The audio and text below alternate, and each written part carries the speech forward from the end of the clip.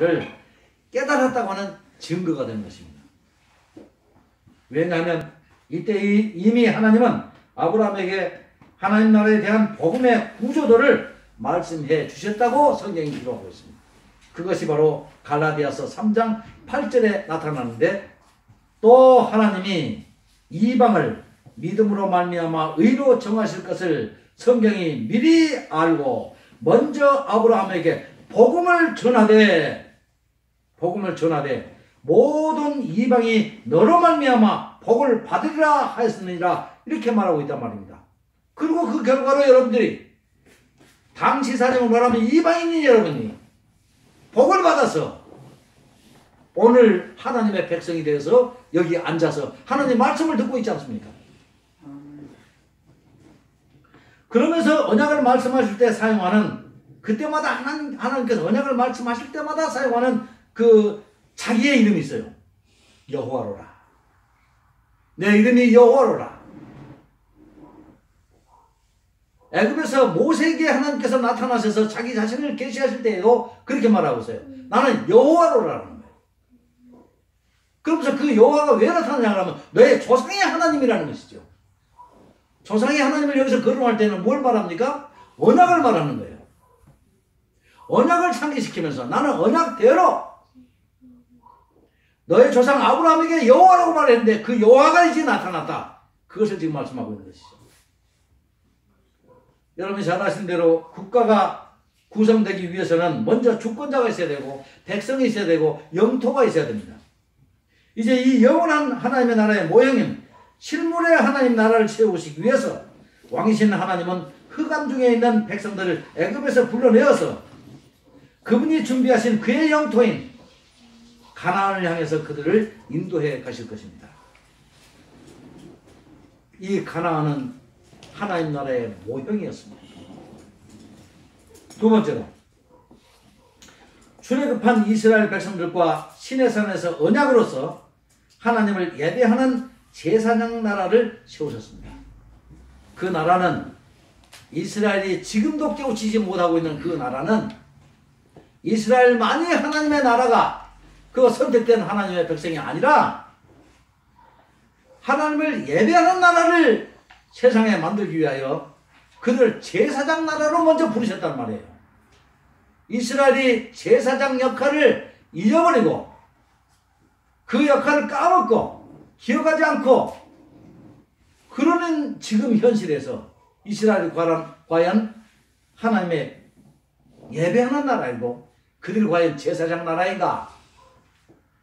여러분들 어떻게 생각하십니까? 지금 이스라엘이 팔레스타인 사람들을 엄청 괴롭히고 있죠. 압제하고 있죠. 그게 가능합니까? 그게 올바른 것입니까? 거기다가 트럼프 대통령은 그들에게 힘을 주고 있죠. 미국은 항상 그들에게 힘을 주고 있어요. 그러니까 어떤 힘에 의해든지 그들이 알고 그러든지 모르고 그러든지 그 작은 이스라엘을 지금 전 세계가 지금 보호하고 있는 형편이에요. 자유세계가. 근데 정말로 그들을 보호해야 한다 그러면 좀 알고 했으면 좋겠어. 근데 보호는 하고 있거든. 근데 성경이 만약에 이스라엘이 이 지면에서 없어져 버린다. 그럼 성경이 다 틀려버리죠. 그렇죠?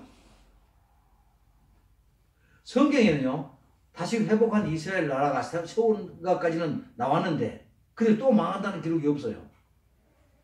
없지요? 근데 역사에서 이스라엘 나라가 소멸돼 버리고 사라져 버렸다? 이라는 핵 개발을 하는데 왜 하는지 그 목적을 분명히 했어요. 예루살렘을 쓸어버리겠다는 거예요. 이스라엘을 쓸어버리겠다는 거예요. 근데 엄격히 말하면 미국은 기독교 국가가 이미 아니에요. 근데도 불구하고 서방 국가들은 지금 굉장히 이스라엘을 보호하고 있지 않습니까? 근데 자기들은 지금 하나님의 경영에 어떻게 동참하고 있는지 모든 상태 속에서 하고 있는 거예요, 지금. 그러니까 하나님이 한 거예요, 속에. 저 위에서는. 미국에서 지금 주기도문 못합니다. 또 신앙 고백 못합니다. 정부에서도 지금 하늘로 쭉 올라온 거, 그 무엇이죠? 무슨 탑이죠? 그 워싱턴에 있던 못같이 쭉 올라온 거. 그게 사실은 어디서 있었는 줄 아세요?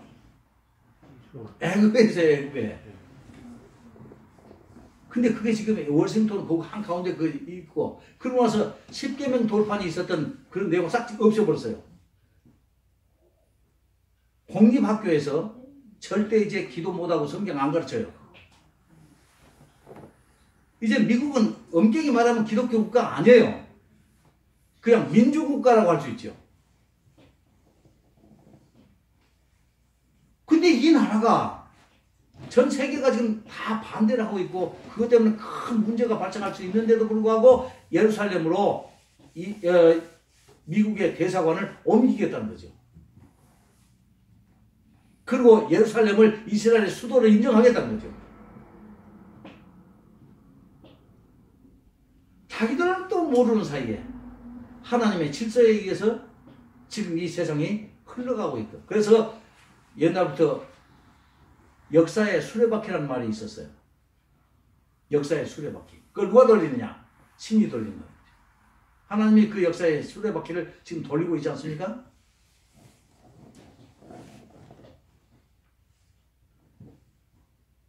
엄격히 말하자면 하나님의 제사장적 역할을 하지 못하는 이스라엘은 이 팔레스타인의 이 사람들을 압제할 권리가 없는 그런 사람들입니다.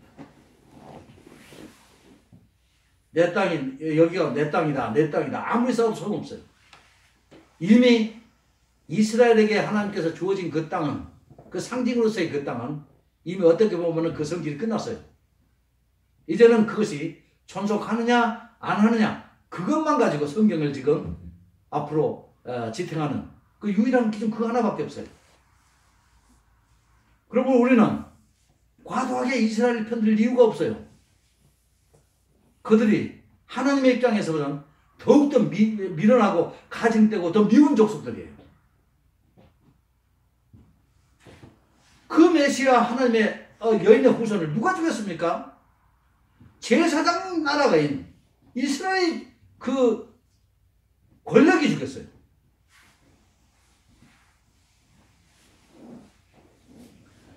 출애굽기 12장에는 세상 나라의 왕인 바로와의 싸움에서 10가지 재앙으로 그의 세력을 꺾는 사건이 나오고, 또 13장에는 6월절 절기의 제정에 대한 규정이 나옵니다. 또 14장에서는 애굽을 탈출하여 홍해를 건너게 되는데, 그 홍해를 건너게 되는 의미를 신약 고린도전서 15장에서는 세례를 받았다고 이렇게 설명하고 있습니다. 이게 구약적인 방식이 세례예요.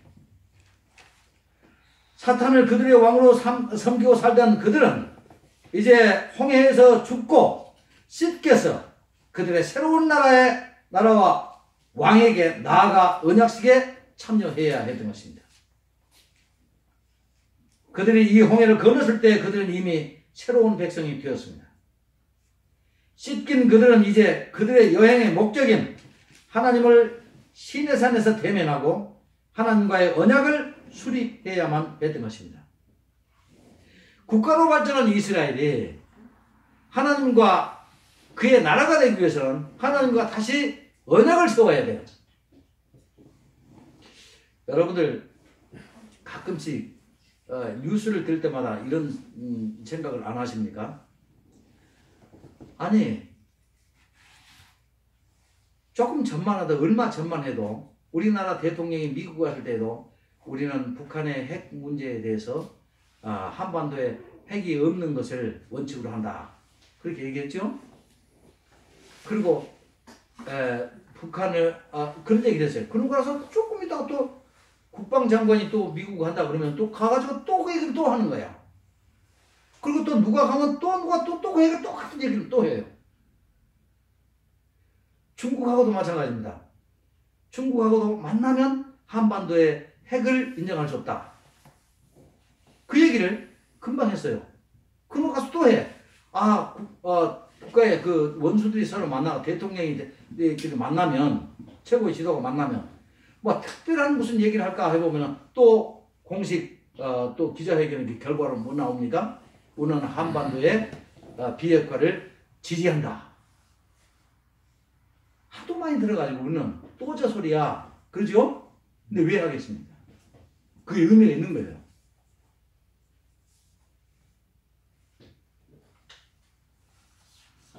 모세는 그들에게 하나님을 소개하고 믿음으로 그의 백성이 될 것인지 하나님의 명령을 따라 물었고, 백성들은 그때마다 아멘, 아멘 하면서 거듭 복창하며 하나님의 백성이 될 것이라고 언약했습니다.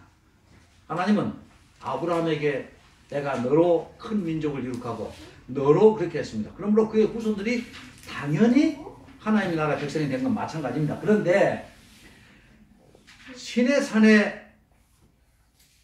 그의 백성들과 만난 하나님과 그의 백성들 사이에 다시 언약을 체결해요. 이제는 국가적으로 발전한 이스라엘이 하나님과 국가적으로 이제 그 언약식에 참여하는데, 이스라엘만 참여했어요?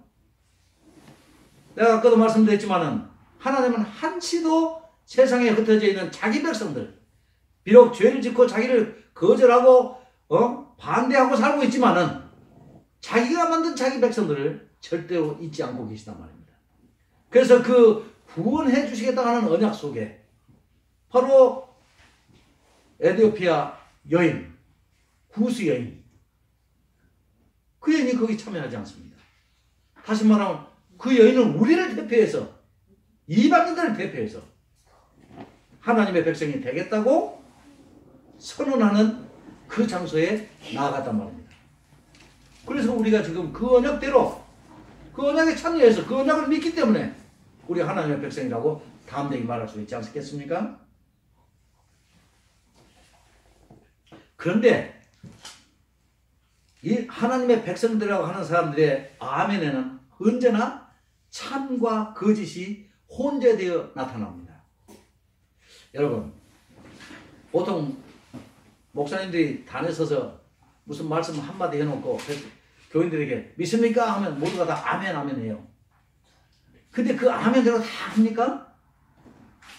그건 그냥 추임새. 금방 잊어버려요.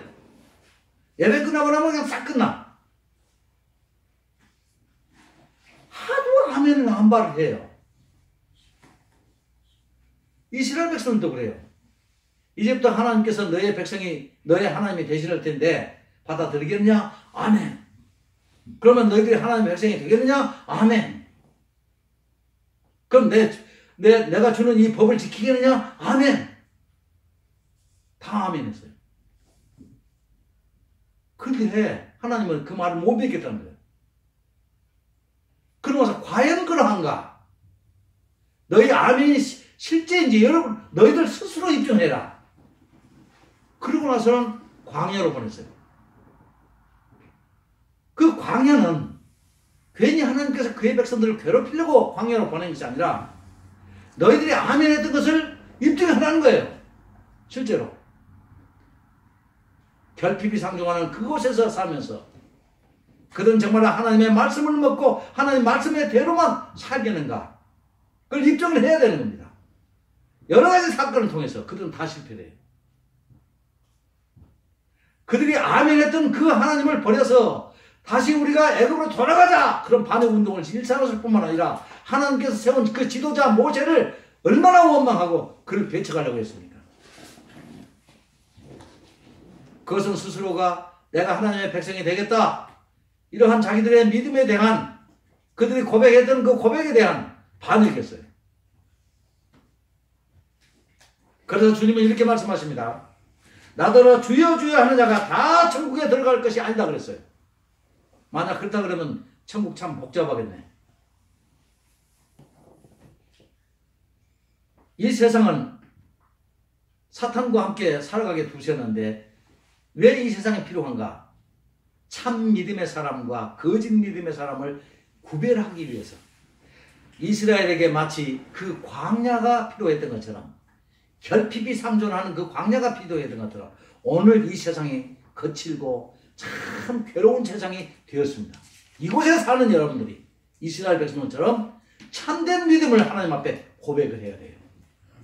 그리고 나는 정말 하나님께서 주신 그 법에 따라 살고 있는가, 그걸 하나님 앞에 입증을 시켜야 돼요.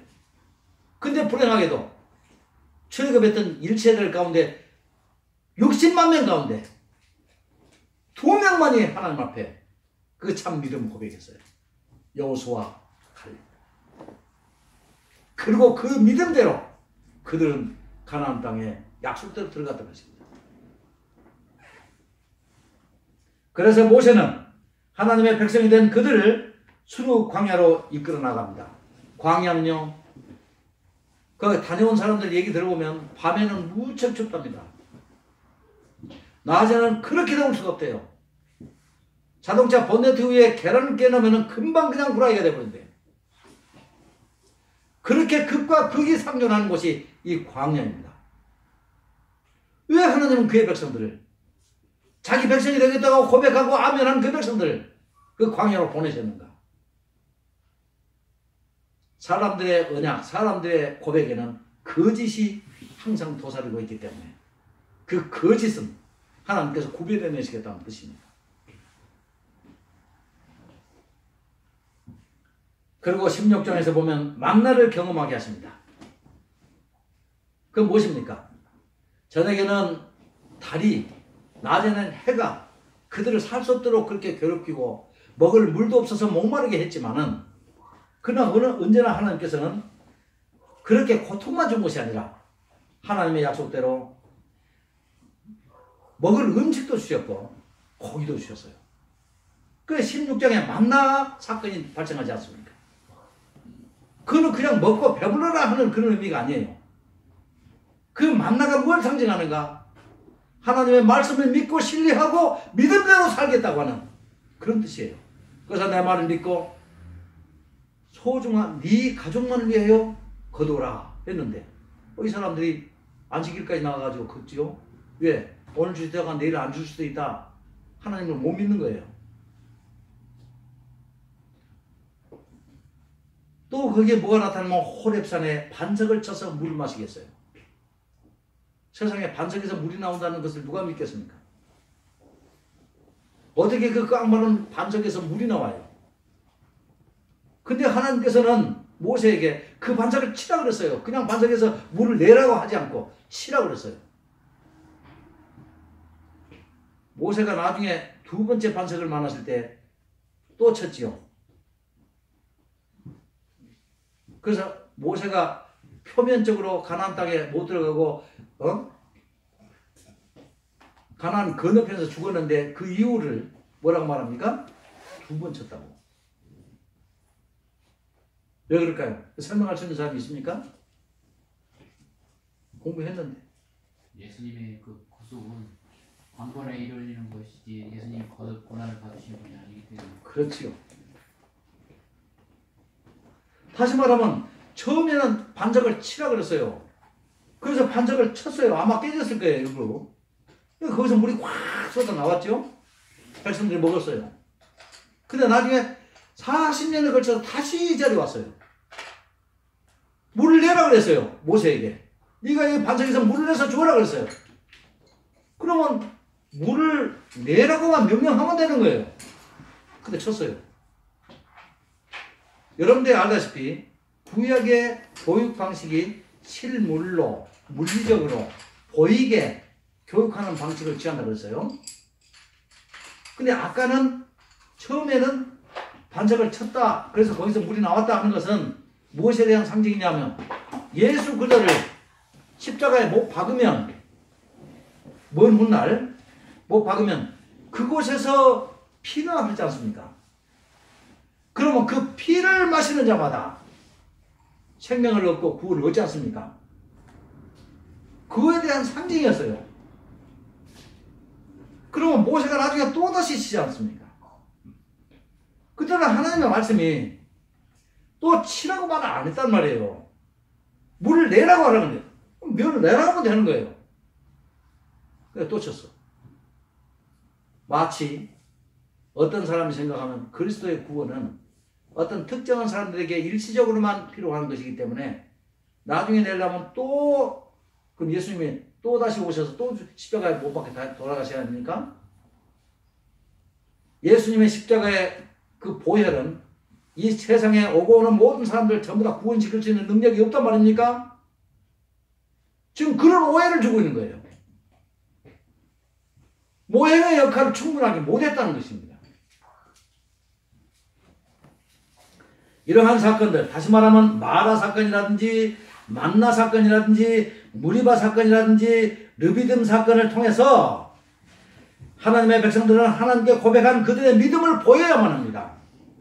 그들 뿐입니까? 오늘 이 세상을 살아가는 우리들도 마찬가지입니다.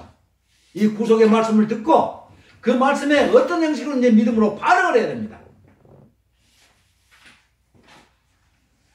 이렇게 위의 모든 사건들은 모두 결핍이 있은 후에 발생을 했어요.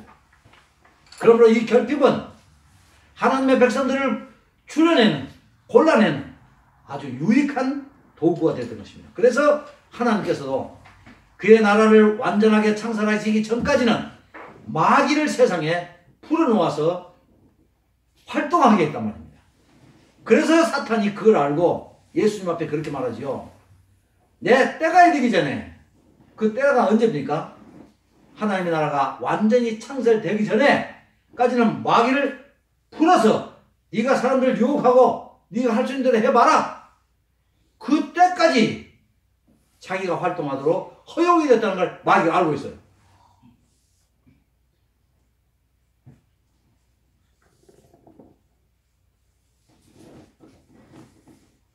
그래서 야고보서에 보면 야고보 사도는 이렇게 말합니다. 내 형제들아, 만일 사람이 믿음이 있노라 하고 행함이 없으면 무슨 유익이 있으리요? 그 믿음이 능히 너희를 구원하겠느냐? 자기를 구원하겠느냐? 오늘 사는 우리 또한 예외는 아닙니다. 그와 같은 믿음의 시험들은 부름을 받은 모두에게 동일하게 나타납니다. 문화가 다르기 때문에 오늘 비록 수루 광야는 아닐지라도 영적으로 수루 광야 같은 이 세상, 장망성이라 그러죠. 이 고통스러운 이 세상은 계속되고 있습니다. 이 세상은 제 아무리 훌륭한 현군이 나타나서 정치를 잘한다 할지라도 절대로 천국이 되지 못합니다.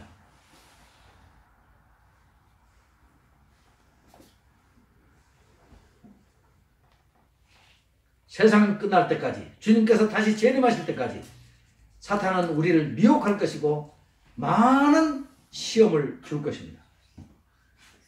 여기에서 어떻게 믿음으로 우리가 하나님 앞에 반응을 하느냐, 그 언약을 붙들고 사느냐, 이것이 구원과 연결시킬 것입니다. 그 이유 때문에 예수님의 대리자 모세는 백성들을 광야로 이끌어갔던 것입니다. 이것이 하나님 나라에 참여하는 백성들의 유일한 관문입니다. 또 17장에서는 첫 번째 전쟁으로 아말렉과의 전쟁을 하나님께서 경험하게 하십니다. 모든 전쟁은 여인의 후손과 뱀의 싸움이지만은 하나님은 자기 백성들과 함께 이 전쟁을 수행하십니다. 아말렉 전쟁을 할 때 어떻게 됩니까? 아말렉과 전쟁할 때 모세가 손을 들면 이기고 손이 내려오면 이스라엘이 지고 있지 그렇지 않습니까? 뭘 말해주는 겁니까? 이거는 말이죠. 구약의 기록 방식이 실물로, 물질로, 실제로 사람을 통해서 교육하신다는 것을 알면 금방 알게 됩니다.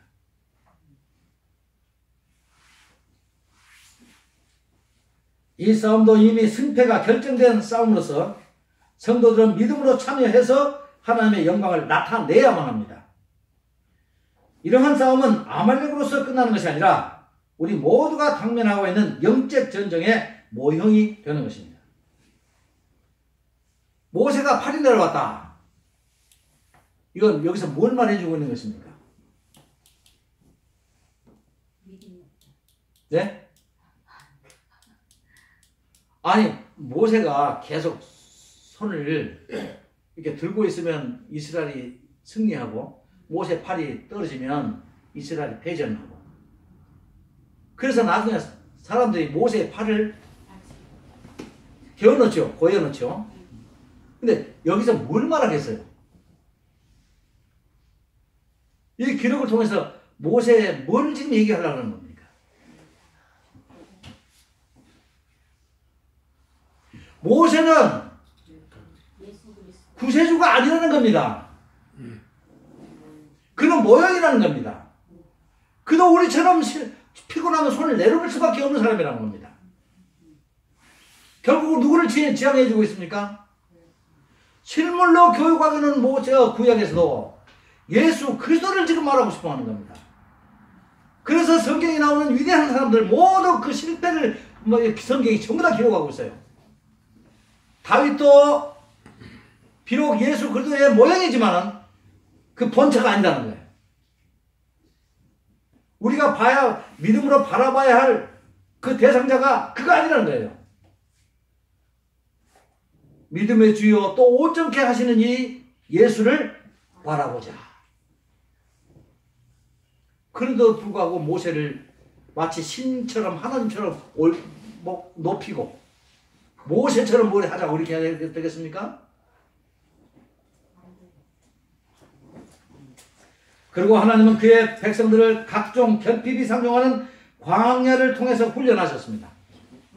그러므로 하나님 제발 이 시험을 내게서 멀리해 주셔요. 저에게 평탄한 길 주옵소서. 이런 찬송.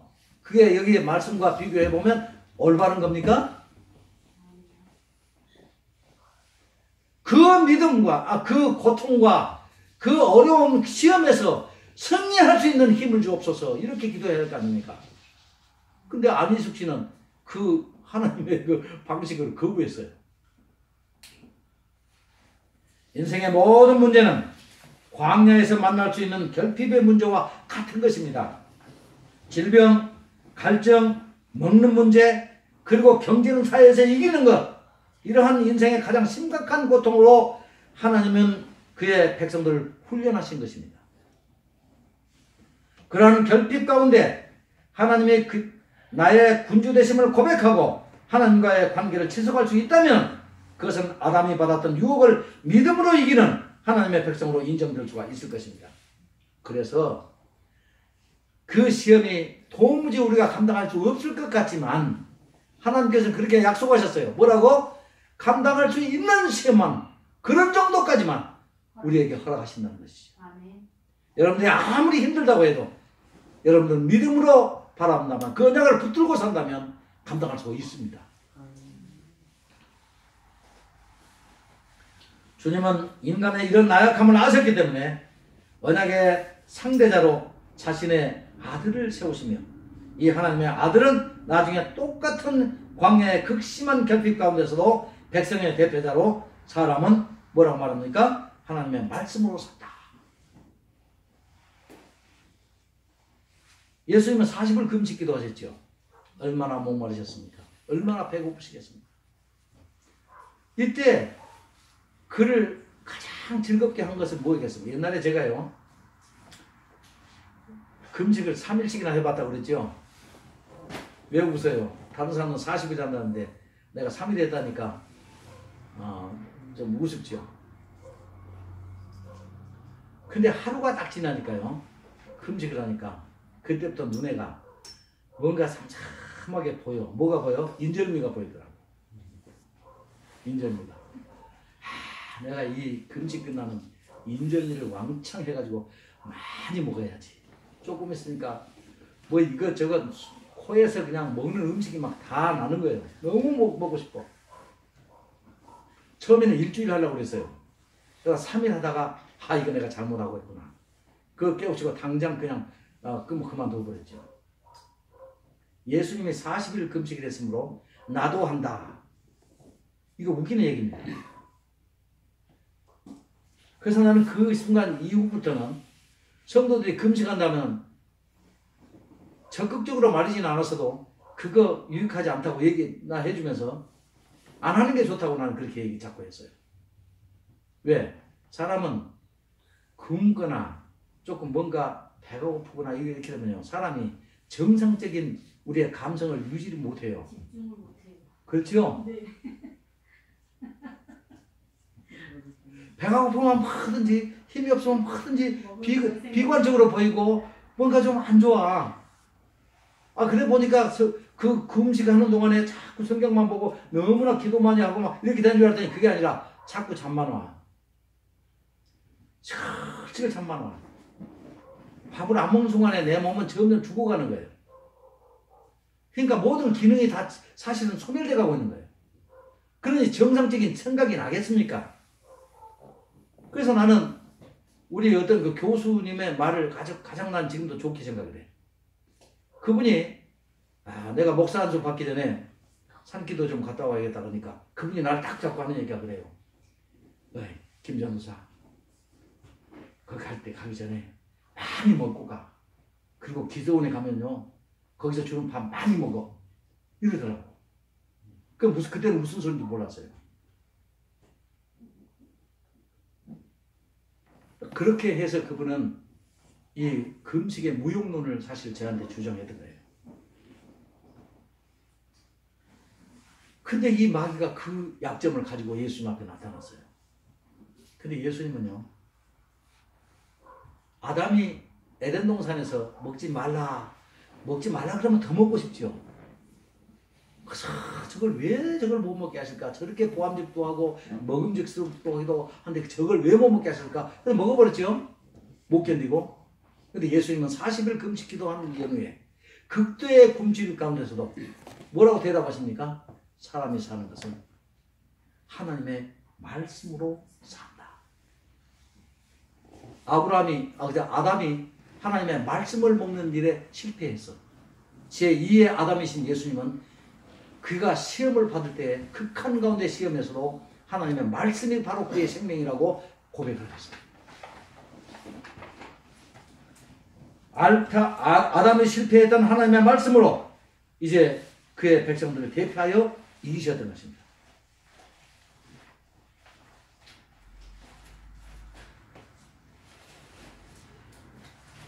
여기까지 할까요?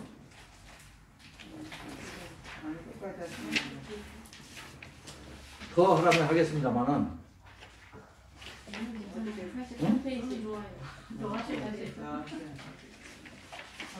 예. 세 번째, 하나님은 그의 백성들을 신의 산으로 이끄시고 언약의 성격과 의를 밝히셨어요. 여러분 보세요. 하나님은 언제나 무슨 일을 하실 때 백성들은 그 일을 하는 의미를 모르는데 그냥 무조건 이렇게 해라. 인격적인 동의도 구하지 않고 무조건 그냥 이렇게 해라. 내가 높은 위치에 있으므로 너는 그냥 하라면 해. 이렇게 한 번도 말씀 안 하셨어요.